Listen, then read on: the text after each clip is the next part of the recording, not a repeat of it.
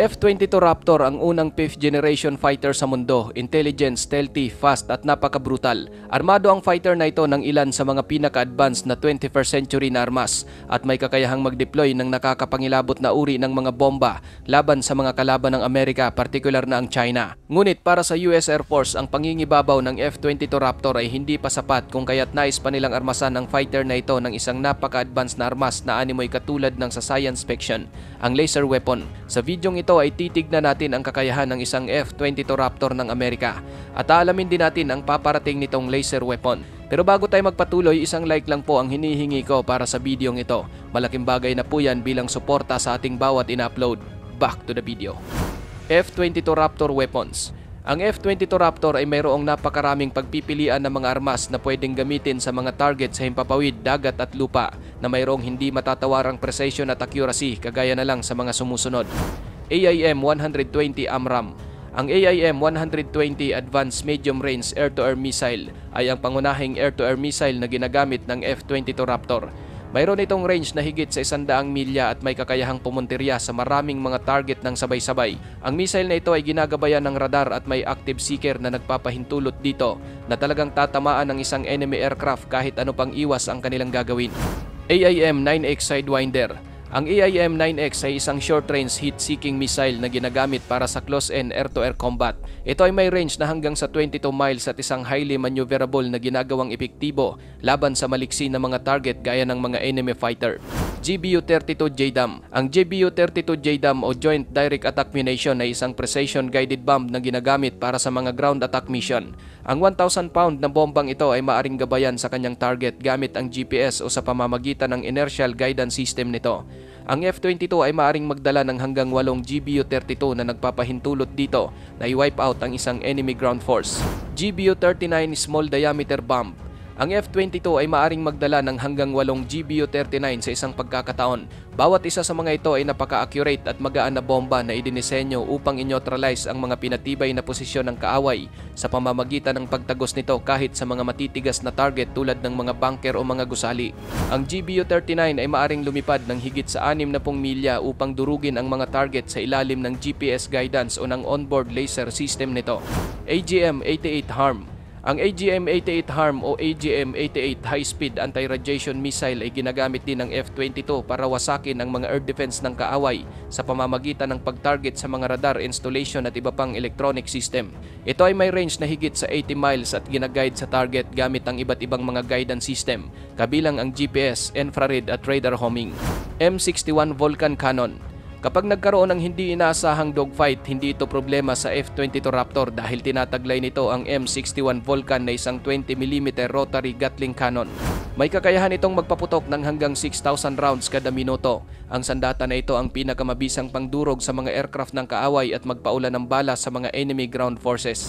Ang mga sandata na ito ay sadyang pinagsasama-sama sa F-22 upang maging superior ito sa kalangitan at magkaroon ng US Air Force ng walang kapantay na air dominance. Ngunit hindi pa naging kontento sa mga armas na ito ang Air Force. Gusto pa nilang magkaroon ng F-22 ng isang napakabilis, mas asintado at mas accurate na armas, ang laser weapon.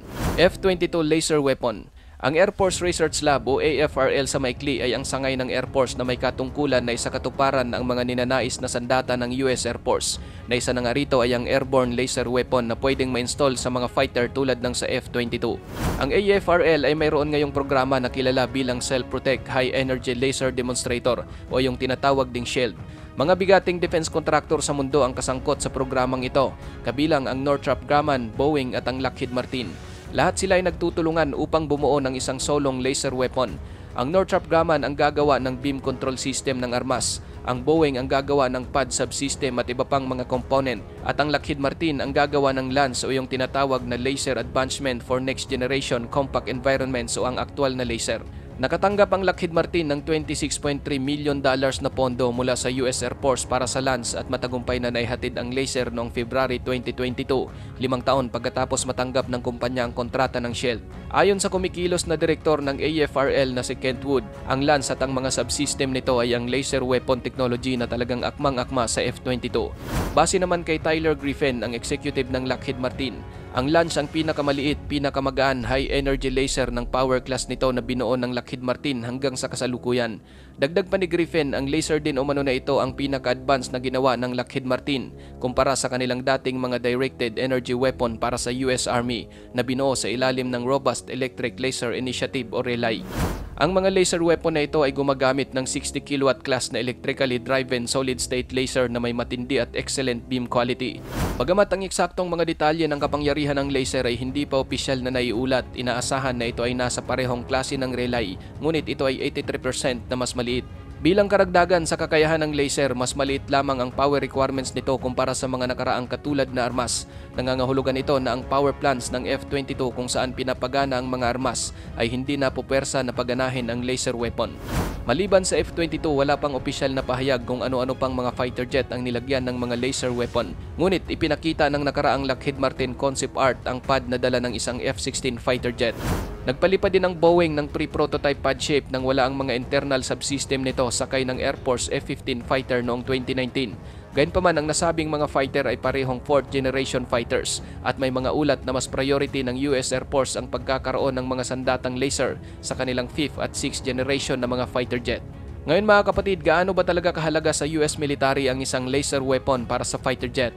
Bakit ang Air Force at tatlong malalaking defense contractor ay labis na namuhunan sa isang sandata na ito? At ano nga ba ang bentaheng ibibigay ng sandata na ito sa kanilang mga fighters? Ang mga laser weapon ay napapakinabangan na ng US sa loob ng mga dekada at itinuturing ito na isang napakahusay na armas. Kabilang sa mga bentahe nito ay ang mga sumusunod: speed and accuracy. Ang mga laser kapatid ay ang tinatawag na isang anyo ng liwanag na enerhiya o light energy. Sa katunayan, ang salitang laser ay isang acronym para sa Light Amplification by Stimulated Emission of Radiation. Bilang resulta, ang mga laser ay tumatama na mayroong speed of light, ang pinakamabilis na bagay sa universe, 300 million meters per second. Walang target ang makakaiwas sa gayong sandata. Ang mga laser ay maaari ding gamitin ng mayroong pinpoint accuracy kahit sa mahabang distansya dahil sila ay naglalakbay sa isang tuwid na linya. Napakatumpak nito, katunayan madalas ginagamit ang laser sa mga sniper para pumuntirya. Nagre-resulta ito ng minimal collateral damage at isang precision rate na malapit sa 100%. Versatility. Maaring gamitin ang mga sandatang laser para sa iba't ibang aplikasyon, kabilang ang pagsira o pag-disable sa mga sasakyan, mga aircraft o mga enemy missile, pati na rin ang pag-engage sa mga ground target gaya ng mga gusali o bunker. Magagamit din ang mga ito para sa mga non-lethal application tulad ng pagpuntirya at pagbulag sa mga sensor ng kaaway o kagamitan sa komunikasyon. Ang versatility na ito ay ginagawa ang isang laser weapon na isang highly adaptable weapon system na maaaring magamit sa pinakamalawak na hanay ng mga sitwasyon. Unlimited magazine. Kapag nakakonekta na ang laser weapon sa power source, ang armas na ito ay maaring bumaril ng unlimited habang patuloy itong direktang nagko-convert ng electrical na enerhiya sa mga laser light beam. Ang kakayahang ito ay partikular na madaling gamitin laban sa mga pulutong ng maliliit, mabilis at mapanganib na mga drone attack at maging sa pagbulag sa mga reconnaissance system ng kaaway. Cost effectiveness. Ang mga laser weapon ay kakaunti lamang ang moving parts, otomatiko itong gumagana na mayroon lamang kaunting human intervention at nangangailangan lamang ng tuloy-tuloy na supply ng kuryente upang gumana. Kaya't sa halip na mag-ipon ng mga logistic at training bill tulad ng mga traditional na armas, ang laser weapon ay kuryente lamang ang ginagastusan na maaring kasing baba ng $3 to $4 bawat shot.